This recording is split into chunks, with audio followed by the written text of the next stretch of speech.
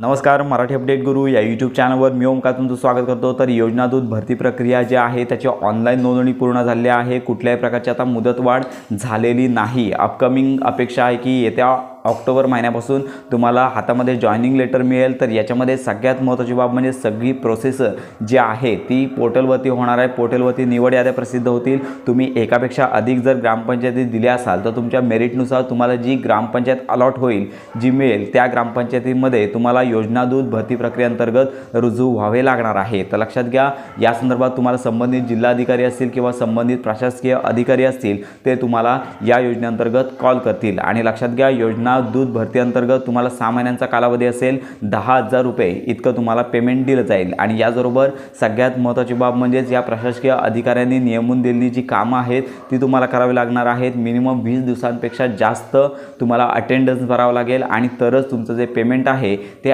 आधार संलग्न बँक खात्यामध्ये जमा करण्यात येणार आहे। म्हणतात आधार संलग्न बँक खात्यामध्ये, परंतु तुमचा जो डेटाबेस घेण्यात आला होता याचं देखील अकाउंट विचारात घेतलं जाण्याची शक्यता आहे। तर अशा प्रकारे योजना दूत भरती प्रक्रिया अपेक्षा आहे की याच आठवड्यामध्ये या लिस्ट लागतील आणि प्रत्येक ग्रामपंचायतीनुसार कोणाकोणाची निवड झाली आहे हे तुम्हाला कळणार आहे। तर लक्षात घ्या, 6 महिन्याचा कॉन्ट्रॅक्ट बेस असेल, त्याच्यानंतर तुम्हाला कायम केलं जाणार नाही आहे। याच्यामध्ये तुम्हाला योजना दूत भरती अंतर्गत काम केल्याचं सर्टिफिकेट मिळणार आहे। अशा प्रकारे येत्या काही दिवसामध्ये या संदर्भात अपडेट प्राप्त होईल। संपूर्ण माहिती आपल्या चॅनलवर दिल्या जातील। त्यामुळे खात्रीशीर माहिती करता आपल्या मराठी अपडेट गुरु या यूट्यूब चॅनलच्या कनेक्टमध्ये राहा।